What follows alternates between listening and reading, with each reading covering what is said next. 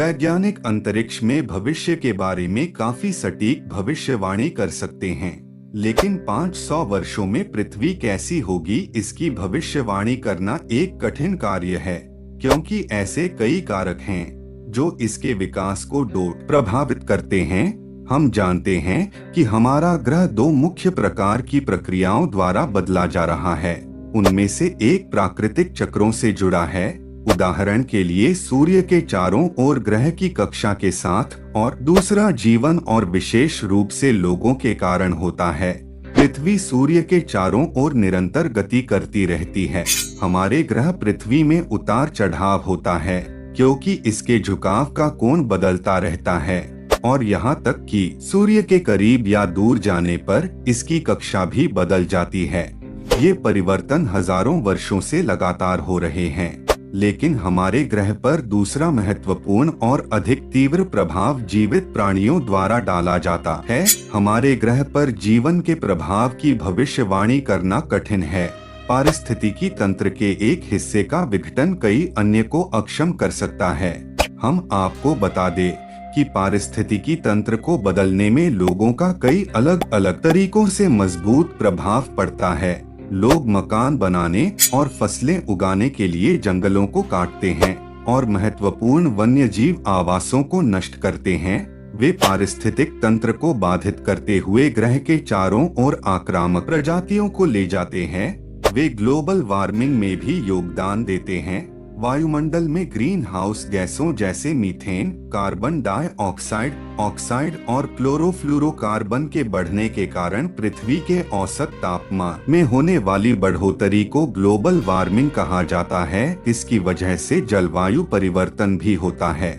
मनुष्य मुख्य रूप से जीवाश्म ईंधन को जलाकर जलवायु परिवर्तन का कारण बनता है, जो ग्रह और वायुमंडल की क्षमता से अधिक ग्रीन हाउस गैसों को वायुमंडल में उत्सर्जित करता है।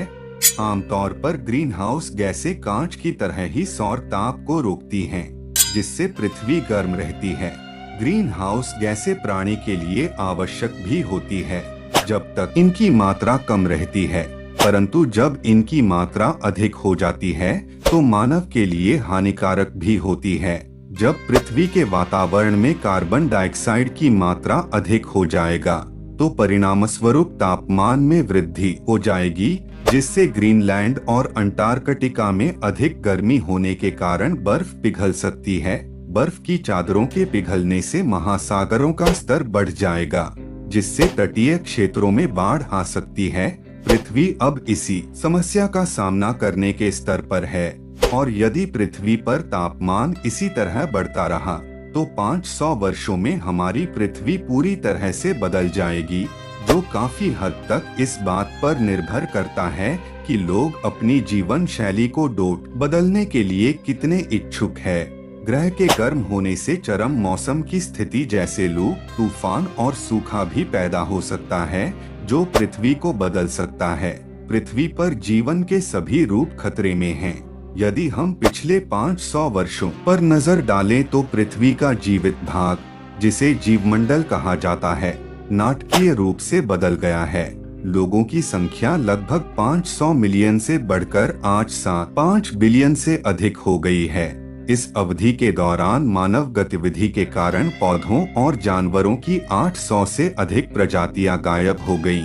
मानव आबादी की वृद्धि के साथ अन्य प्रजातियों के पास बसने के लिए जगह कम होने लगी। समुद्र का स्तर बढ़ने का मतलब है कि जमीन भी कम हो जाएगी, और बढ़ता तापमान कई प्रजातियों को बेहतर जलवायु परिस्थितियों की ओर पलायन करने के लिए मजबूर कर देगा। पृथ्वी पर सभी परिवर्तन मनुष्यों के कारण नहीं होते हैं, लेकिन उन्होंने उनमें से कुछ को बहुत खराब कर दिया है। आज मुख्य चुनौती लोगों को ऐसी चीजें करने से रोकना है जो समस्याएं पैदा करती हैं। उदाहरण के लिए जीवाश्म ईंधन को जलाना, जो जलवायु परिवर्तन में योगदान देता है। यह वैश्विक समस्याओं में से एक है, जिसके लिए दुनिया के देशों को एक लक्ष्य प्राप्त करने की दिशा में काम करने की आवश्यकता है। इससे जलवायु पर हानिकारक प्रभाव को कम करना है।